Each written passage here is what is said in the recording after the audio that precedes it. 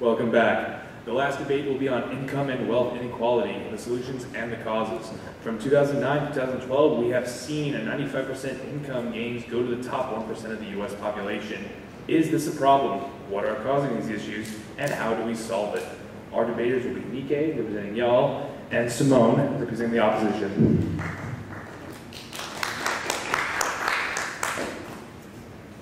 Hi, my name is Simone. I'd like to thank the Young Americans for Liberty for hosting this event for us today. So I would like to start off with just saying that the exponentially growing income inequality represents much more than just the monetary differences in pay between the rich and the poor. Otherwise, we would be implying that 99% of the American population is simply less hardworking, therefore deserve to make almost 1.5 million less than the 1%. The real inequality lies in the availability of opportunities for everyone to climb up the economic ladder. Racism, sexism, ageism, heterosexism, and residential segregation are actualized through the markets, thereby perpetuating inequality. Therefore, I argue that in order to reduce income inequality, we must focus on eradicating those forms of suppression and facilitate income growth within disenfranchised communities. This could be through education reform, re-strengthening unions and labor protection laws, and adopting more progressive tax code. And that is my opening statement. I'd like Niike to begin.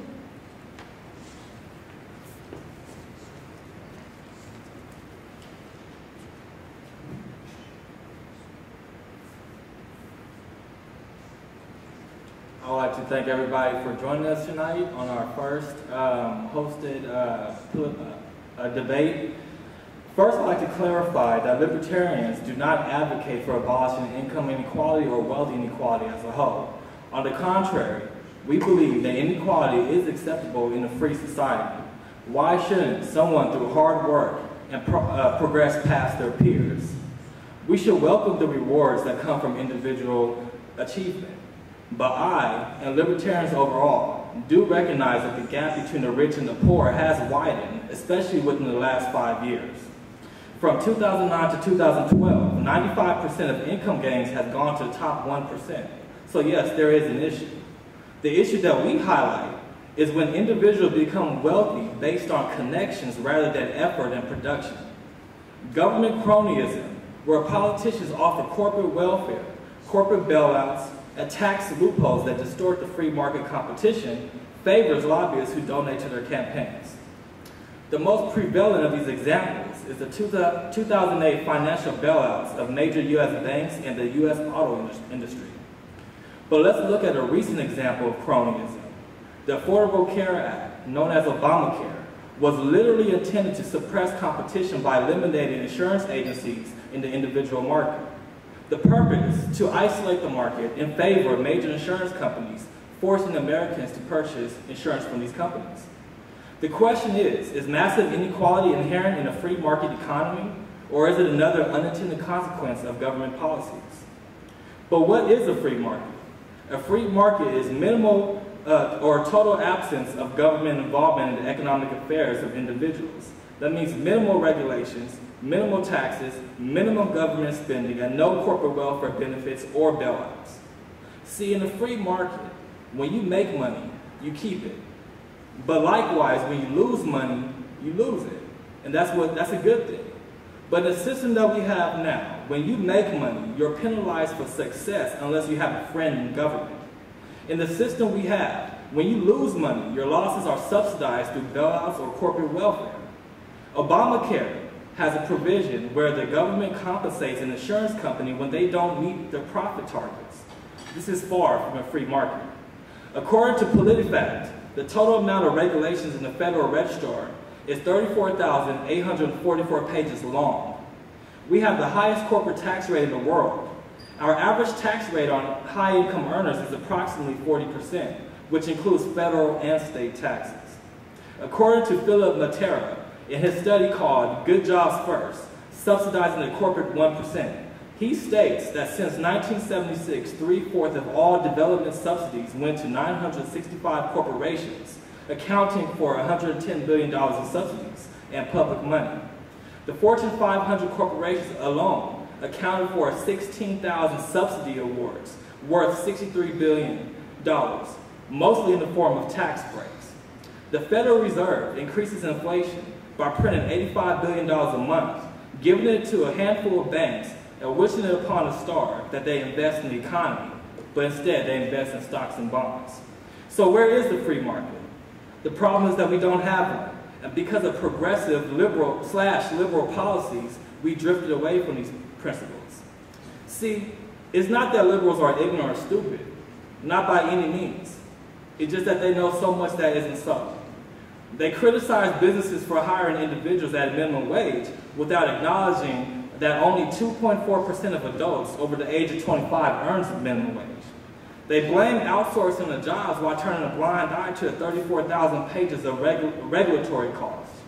They say the healthcare system is broken while forgetting that the government has controlled 50% of healthcare over the last 50 years. Liberals advocate for rent control or subsidized housing while not tackling the Federal Reserve's attempts to inflate another housing bubble.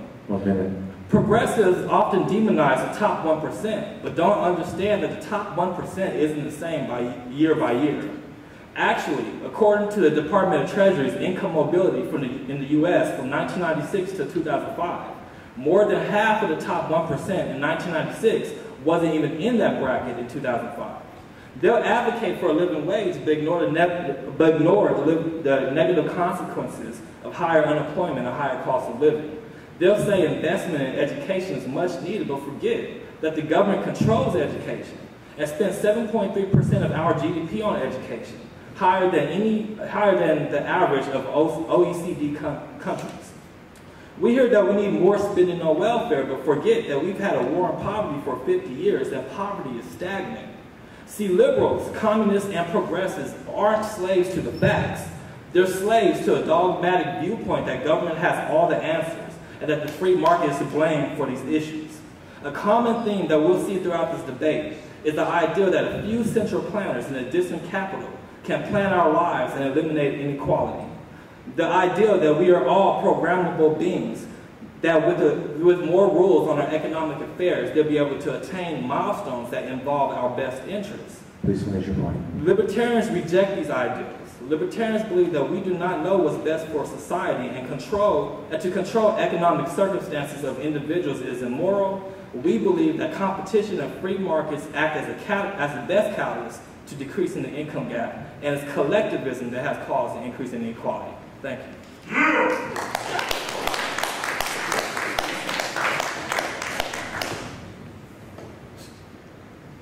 Niike, I believe that you are wrong.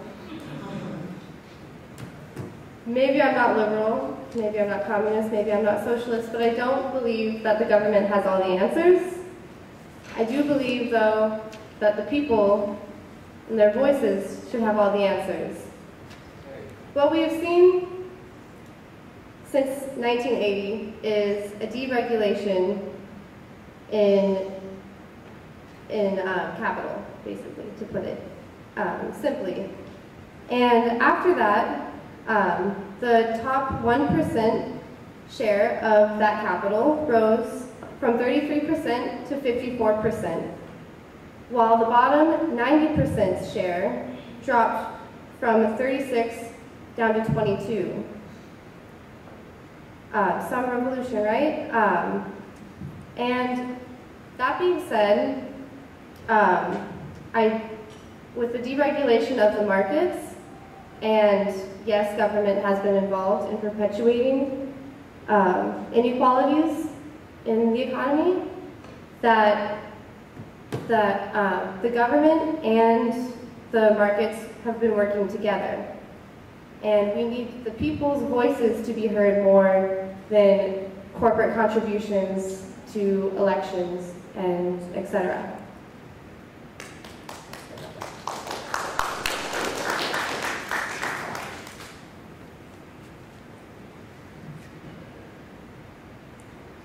Again, I believe that the best way to reduce the income gap between rich and poor is through the free market. She talked about education. Well, the fact is that the government controls education and does a bad job at doing it.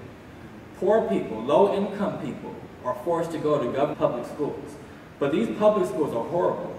She talks about the people's voice matter. But here's the thing, when you centralize government control, it doesn't matter what anybody else thinks. It only matters what the central planners think. If you really want people's voices to matter, then you should want a free market, because through the market, you vote with your dollar. If you do not like something, if you do not like Walmart, then don't shop at Walmart. But don't stop the next man from shopping there and having a cheaper cost of living. She talks about deregulation.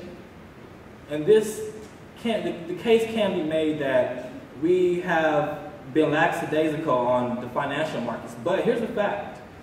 From 1980 to 2009, we have added 21 new regulations on the financial market, while we only repealed 3 regulations on the financial market.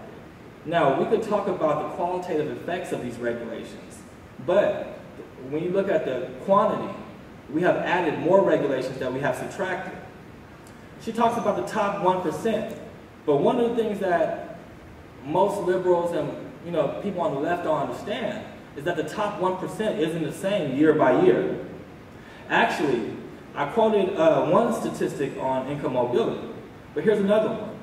Top 400 income earners tax returns reported by the U.S. Department of Treasury in spring 2003 reported that from 1992 to 2000, out of the top 400 income earners, fewer than 13% were in the same category more than 2 years.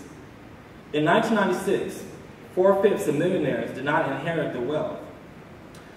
More than half of the top 1% in 1996 wasn't even in the bracket in 2005. The thing is, we have to understand is that you start off small and you move up the income ladder. But when you have excessive regulation, excessive government involvement in people's economic affairs, you're going to limit the ability of people to have income mobility. A great example of how income mobility works is based on a University of Michigan study that's shown from 1975 to 1991. 95% of the bottom 20% of income earners rose out of the bottom 20%, and 29% of the bottom 20% rose to the top quintile of income distribution. People do not stay in their categories for more than a couple of years, and statistics and data have proved it. Thank you.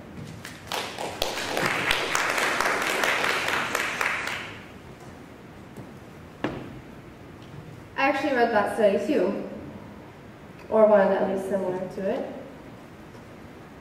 Yes, one in the study that I read by Washington Cornell University actually is different but had similar effects. 1 in every 9 Americans works their way up to the wealthiest 1% for at least 1 year in their lives. But who is that 1 out of 9 persons? They also determined in the study that access to top-level income was significantly influenced by historical patterns of race and class inequality. Therefore, I argue that this is why we need government to step in these situations and address those inequalities. If markets were free, I was going to save this for my closing statement. I know that markets aren't racist and sexist and what have you, but people who operate within them are. And if we don't have anybody in any government, which is supposed to speak for the people, not corporations, protecting certain rights of those who are being disenfranchised, then we are going to see a perpetuation of inequalities. And to speak about education, we do have to rethink the public education funding programs that we have in place now. In 2010 to 2011, the richest 10% of school districts spent 2 times as much as the poorest 10% per pupil. We definitely need to redistribute those education funds so that more people in lower income communities are able to make it to college and progress beyond that. There's no denying that education puts you in a better place to get a higher paying job in the future. 1 minute. To add to that, I'm taking more of income inequality is definitely an issue, but we have societal inequality is, I think, more pressing and is playing into the income factor. At age 22, 89% of white high school dropouts have jobs, while on the other hand, only 40% of black college graduates did. Now that's a shocking statistic. Let me repeat that for you. 40% of black college graduates had jobs, while 89% of white high school dropouts did. That's it.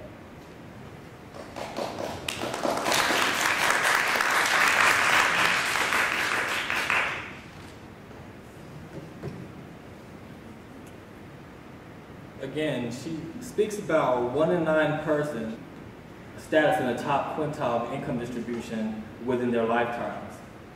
But the fact is that when you start off at a low-paying job, you do not stay there for 30, 40, 50 years. You move up the income ladder. She talks about race, but let's really look at race. Prior to the 1930s, the black community had cities and towns that were totally black-owned. We had black banks, black lawyers, black hospitals. It was called Black Wall Street. But guess what happened? When FDR came into office, the regulatory state came into play.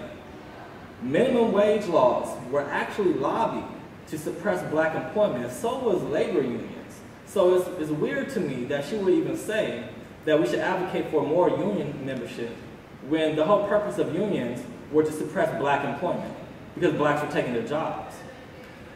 Actually, in 1898, there was 4 private schools in Washington, D.C. One of them was black.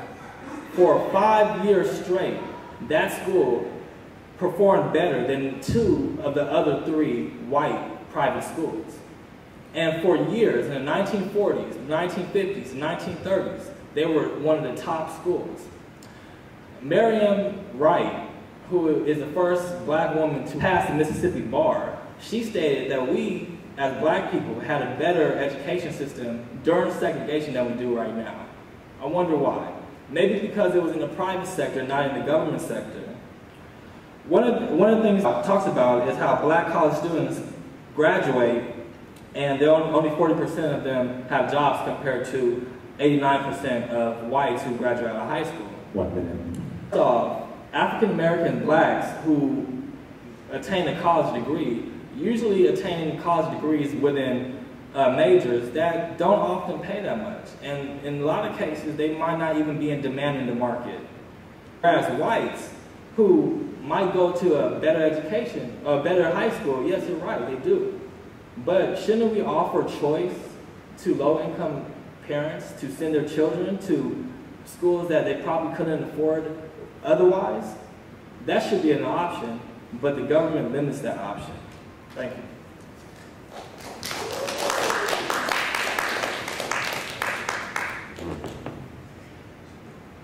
I think we've argued about this before, Niike, actually.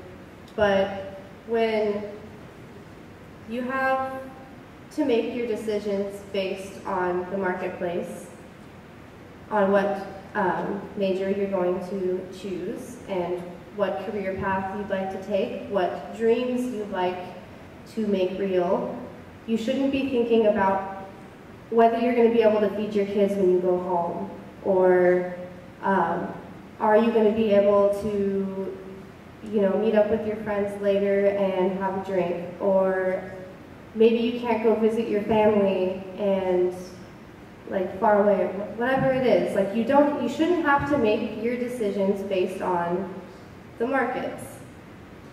So that being said, I don't believe that it is fair for, if we had a free market, that people would have to make their decisions based on said marketplace. We wouldn't be able to have anybody going and taking majors like African American Studies because they wouldn't have good paying jobs. We'd be funneling our attention into capital gains. and that would be restricting our nation culturally and our freedom on a grander scale.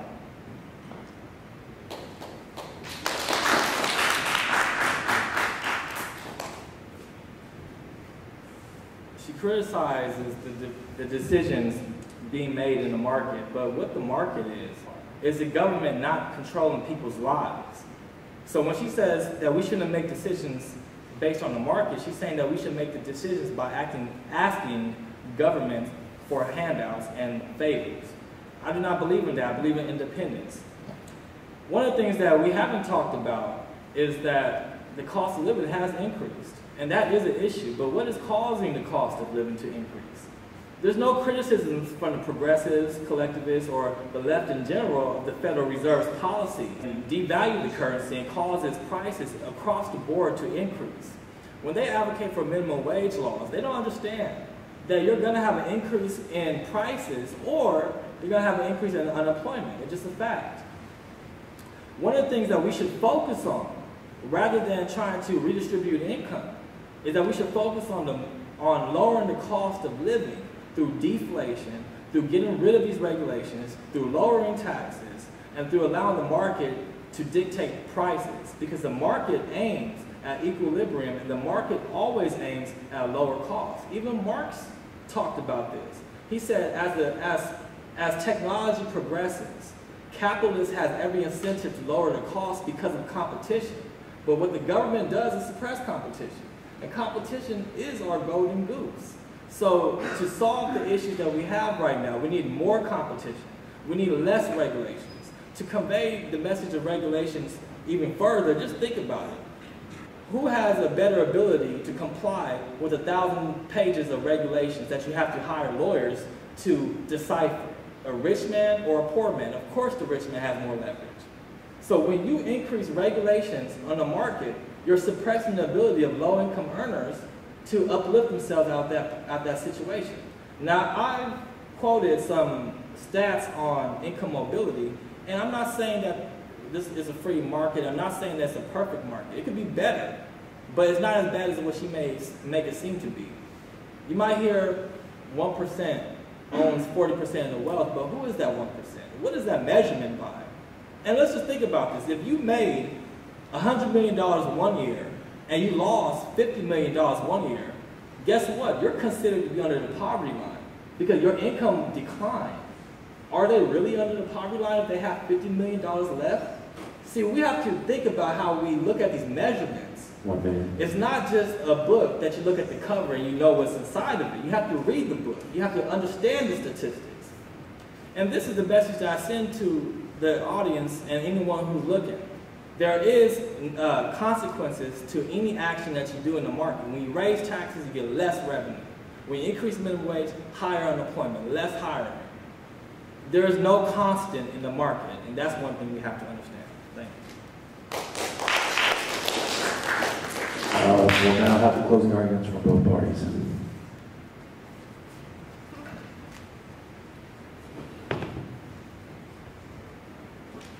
So yesterday, I learned of something called the social reproduction theory. Sociologist Christopher Doob developed the theory of social reproduction, or the way that inequality is perpetuated generationally through society and institutional racism. When we have a free market and we have a group of people who starts off with maybe $20,000 a year in income, and that's all they have. Nothing to invest, nothing to save. What happens the following year? The same thing. And the year after that, the same thing. When you have somebody who is at the top of the market and they are making $2 million, they have plenty to save and plenty to invest in. And yes, maybe they would be creating jobs, but Marx also said that with the creation of technology, we have seen less jobs are being created because you can replace workers with machines.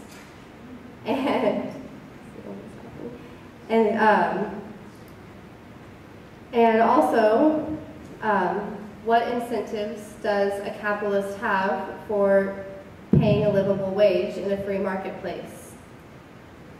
Marx talks a lot about sustenance and the sustenance of living, and that's what a capitalist in a free marketplace would pay their workers. They would pay them enough so that they could come back to work the next day. And 1 minute. that doesn't allot for much freedom to move up in the economic ladder. Thank you.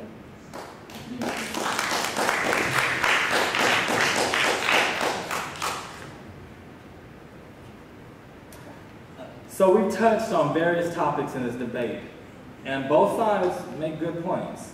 We've seen two differences on the causes and solutions to income inequality. On one side, there's the view that more government needs to take an extended role in the equal distribution of wealth and income. On the other side, the side that I take, which is the view that government is the problem and we need less, not more intrusion. I have shown that economic mobility is a fact. I have shown that the arbitrary categorization of people into groups cannot offer solutions to inequality. We need choice in our school system. The more, the better. The free market offers the best opportunity for individuals to uplift themselves out of their impoverished positions. But we cannot harness the ability of the free market as long as we accept centralized control of our economy. As long as the government has control, that source of power will always face the threat of corruption. Government regulations benefit corporate interests, not the interests of the people. The power to tax is the power to destroy. And we've seen the consequences through lack of jobs and opportunity. How can we ever hope to achieve our goals when the lowest income of people are forced to attend government schools that have a poor track record of success? Why does our government regulate the economy to the extent that the dreams of those who reside in the lowest of incomes are diminishing in the light of compliance costs? Is it really beneficial to have a monetary policy that increases the cost of living while favoring major banks and corporations? And what about welfare and the incentives embedded in the programs that keep families in perpetual poverty? 1 minute. How many times must the government fail in its goals before we realize the best chance for our prosperity is to take control of our own lives? Will we agree? Maybe, maybe not. But that's the purpose of this debate. A clear choice between the ideals of liberty or the ideals of restraint. Should we restrain the ability of individuals to prosper in the name of a collective good? Or are we so pessimistic of freedom that we're willing to allow our lives to be controlled by the government? And understand that in order for the government to control the economy, they must control people. To control people means that the idea of a sovereign individual will fade away, to be replaced by the tyranny of the majority. Think about the issues we face today, and think long and hard. If you're willing to sacrifice your gifts and talents to be reduced to a number in the math equation, go ahead. Are we all the same? If so, what assembly line do we come from? For I was under the assumption that we are unique and could never be equated to autonomous drones. And if we are drones, what about the sacrifices of those in the past? Or should Moses have told the children of Israel to live under slavery under the pharaohs? Should Christ have refused to cross? Should the patriots on Concord Bridge have thrown down their guns and refused to fire the shot heard around the world? The martyrs of history were not fools, and the ultimate goal throughout human history has always been to attain self-determination, to end the tyranny of the few. Let's not abandon our country's principles, and let's send the message that our freedom will not and cannot be purchased by safety and security of the state. Thank you.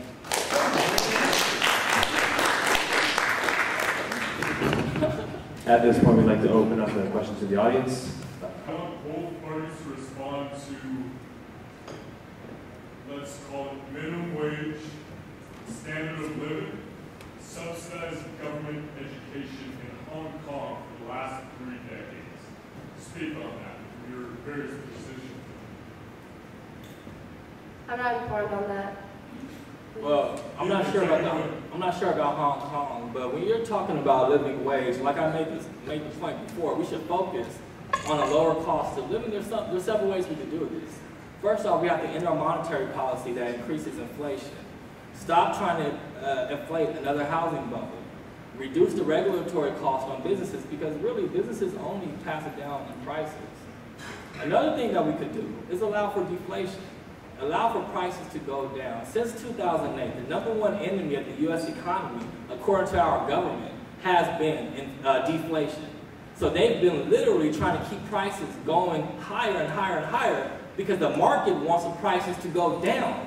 What I'm asking is allow the market to do what it does, lower the cost of living. A number of ideas, libertarians in general have a number of ideas about how we could eliminate or greatly reduce income inequality and wealth inequality.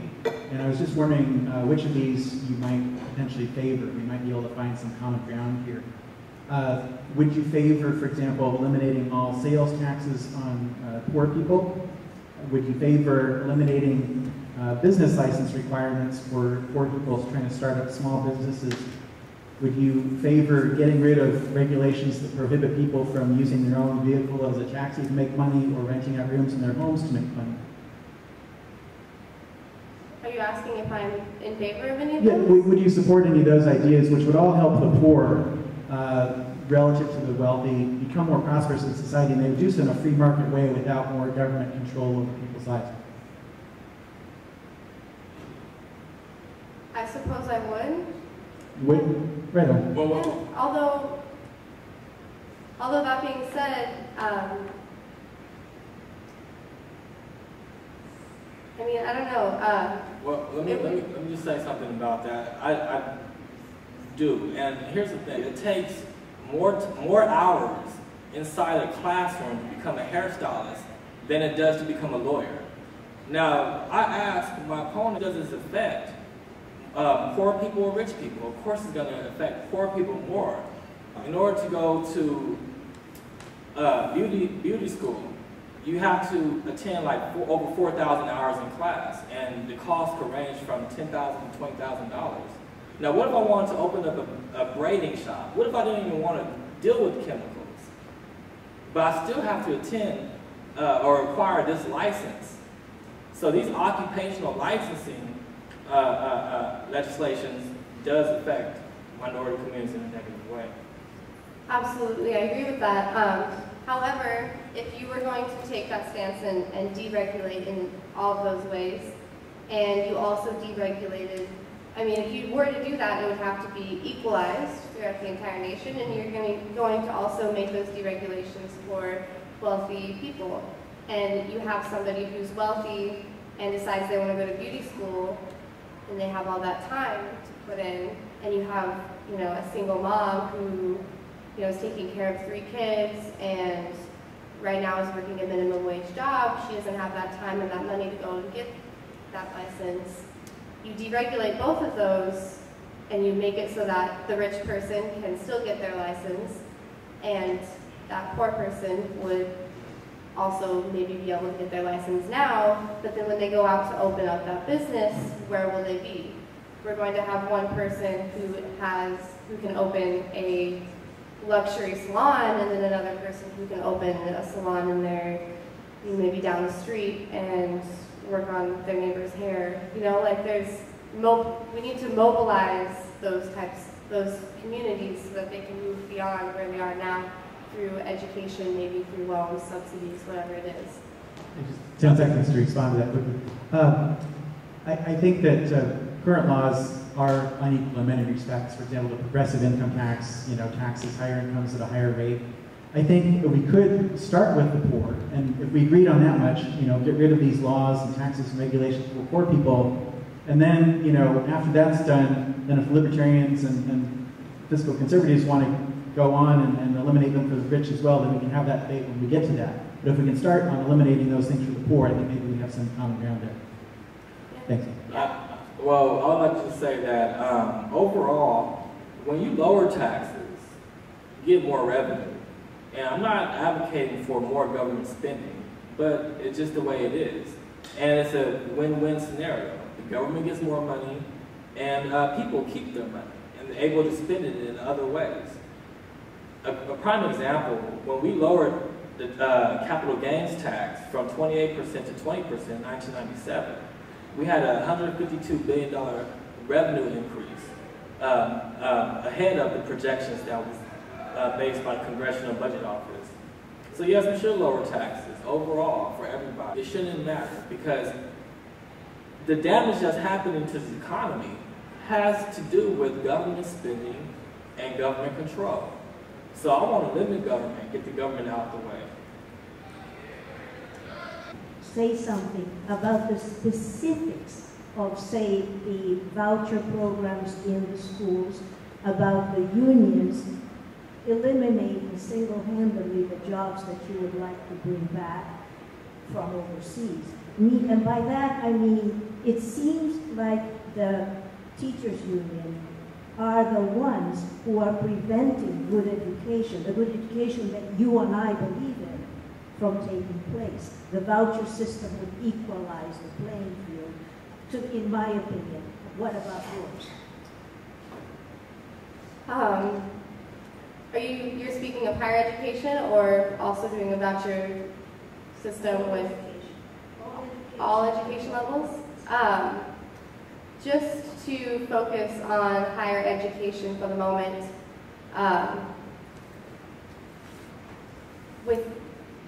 or unions generally. I have friends who are members of unions, and they pay a couple $100 out of every paycheck to be a member of said union, while people who are at the top of the union make all the decisions, and they have very little say in what goes on.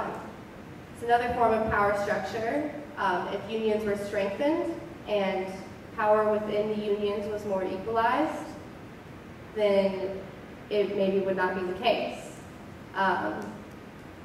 We had more members in the, I forget what the name of it is, the union on campus that's housed in HSS.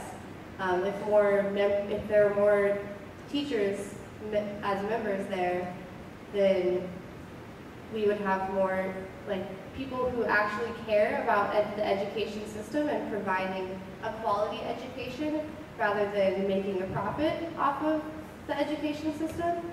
The decisions that would be made, would be more in our favor. FDR, President Roosevelt, was against public sector unions because he felt that there was a conflict of interest.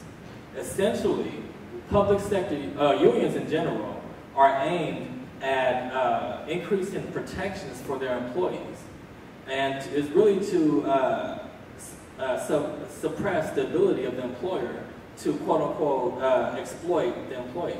But we have to ask ourselves, when it comes to the public sector, who is the employer? It's a taxpayer. So when you have a union who is protecting employees and adding more and more protections, you're going against a taxpayer, and the taxpayer is not trying to exploit nobody. All we want is a service to be done. We want a quality education. We want a police force that is not abusive. We want federal agencies that are held accountable. But public sector unions suppress this ability. A prime example, a couple years ago, there was a teacher who had molested a young woman in Southern California. It took him 5 years to fire him, and he received pay. In Michigan, a male teacher had raped a little boy, and still the unions were advocating for him to still receive pay.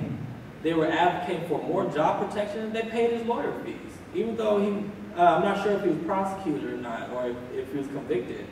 But it's the whole idea of accountability. We cannot hold public service accountable when you have a large union presence. And let me just make this one point about unions.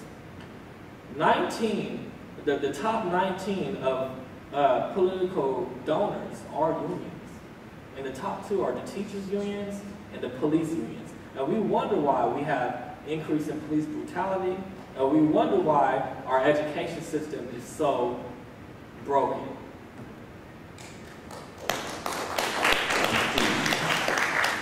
Yeah, do both of you agree that corporations' goal is to create customers and accumulate huge profits?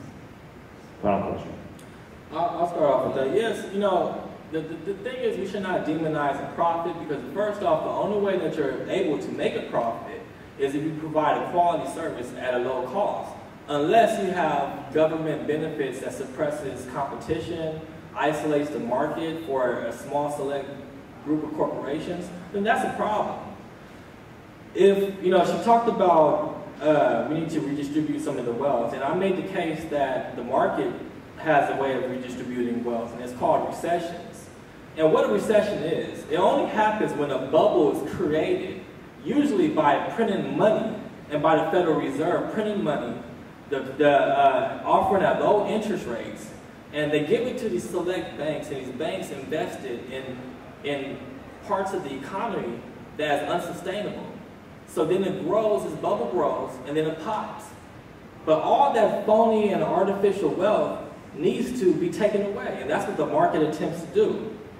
Actually, during the 1990 and 2001 recessions, the richest 5% of Americans, measured by net worth, experienced the largest decline in their wealth. Also, during the past 3 recessions, the top 1% of income earners felt the highest income shocks out of all groups. In the 2007-2009 recession, the incomes of people making $1 million or more fell 50%, while those making $50,000 or less fell by only 2%. See, all that artificial wealth that was created through the bubble phase, which is caused by government, is taken away through recession. So we should welcome recessions if we want real redistribution of wealth. Ask you questions. All right. Last 3 questions. Fine. All right, so simple question here. How would you guys apply your ideology or how your take on how things should run? How would you apply that to fixing our currently broken CSU system? So how would you say that the free market is going to fix the CSU system? And how would you say, I mean, Government intervention. something like that, I don't know. Well, if you're talking about fixing the CSU system in respect to prices, there's a lot of ways we could do that. I mean, just think about it. You're required to take 60 units of GE requirements that has nothing to do with your major. I think that a better focus would be, yes, focus on math, focus on English skills, but let's focus on your major. Rather than waiting 60 units before you even go into political science or into biology or chemistry, let's do it at 10 units. That's one way. Another way, which is advocated from our treasurer, Mr. Crilly, is that if you should pay for what you use. There's a lot of people on this campus who do not go to the gym, yet their tuition, the gym is included in their tuition.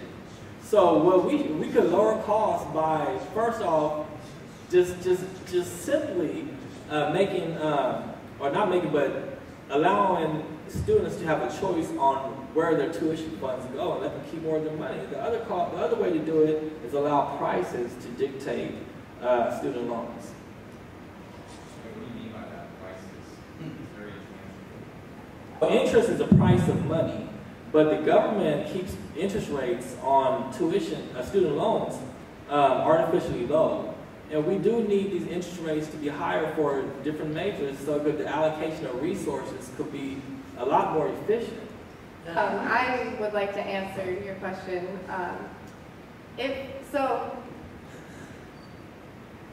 San Francisco State University recently has invested several $1,000s in revamping our sports program and the beautification of the campus. And why is that? My guess is to draw more students that will pay thousands upon thousands of dollars for tuition to make money off of that, and then do it again to draw more and more students to make money off of it, make the campus more beautiful, expand, not pay teachers anymore, not lower tuition rates, not provide more classes, just to make a profit so that they can continue to expand. That's the market for you. Go ahead, next question. This question is primarily directed at Niike. you mentioned that a lot of regulations kind of exclude people from the market, but what about those regulations that help actually include more people into the marketplace or include help increase their chances of social mobility? For example, with like Obamacare, now definitely I will agree it has a lot of flaws, but one of the stated goals and purposes of it that I happen to agree with is their idea to help people who couldn't receive medical coverage before because of pre-existing medical conditions, that now it's supposed to stop the companies, the health insurers, from discriminating against them and not offering, or charging higher rates because they may have, for example, they may have cancer before. What I would say is that I take the Hayekian approach that if we are going to regulate the market, we need to have regulations that increase competition and not aim for particular outcomes. Because when you have regulations that aim for a particular outcome, you choose winners and losers. And you don't ever want that in a free market because it distorts the market. But as far as the healthcare situation, we have to understand that insurance is to transfer risk. You could buy catastrophic insurance for about $30 a month, and that will cover real catastrophic injuries. But what our insurance agencies or companies are doing, they're covering everything from the sniffles to a bump on your butt to a missing toe or a split finger. I mean, it's ridiculous. We're covering everything under the sun, and that's not what insurance is made for. Imagine we had insurance on food. People would just buy a bunch of food and have refrigerated stock, but then we have a food shortage. So we have to watch out how we go about the regulatory system, and we have to be smart about it. I'm not saying that we should repeal 100% of regulations, but maybe 97% would be a good number. Do they offer a course here on insider trading? Kind of, sort of. Would free access to birth control be one of those, like bumps on your butt?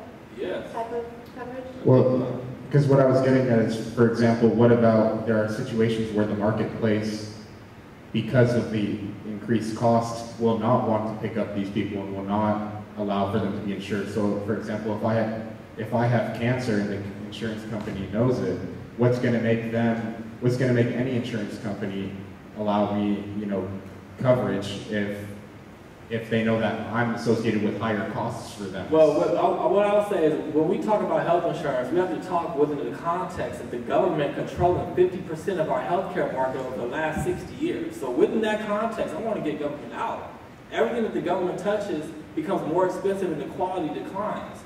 So if we had a free market healthcare system, with the, like Cato Institute did a study, that we have over $300 billion of regulatory costs in the healthcare market. Only about $150 billion of them costs actually improves care. A lot of it is just processing charges. And this is a debate that I had with the College Democrats last year where I annihilated them on it. Because they don't even know what they're talking about. People do not look at the government when they look at issues in society. And that's the issue that I have.